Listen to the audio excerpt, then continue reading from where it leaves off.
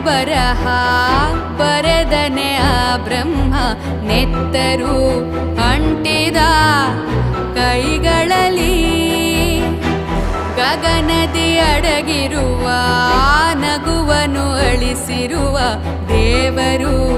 ಅನ್ನುವ ಹಸಿದ ಹುಲಿ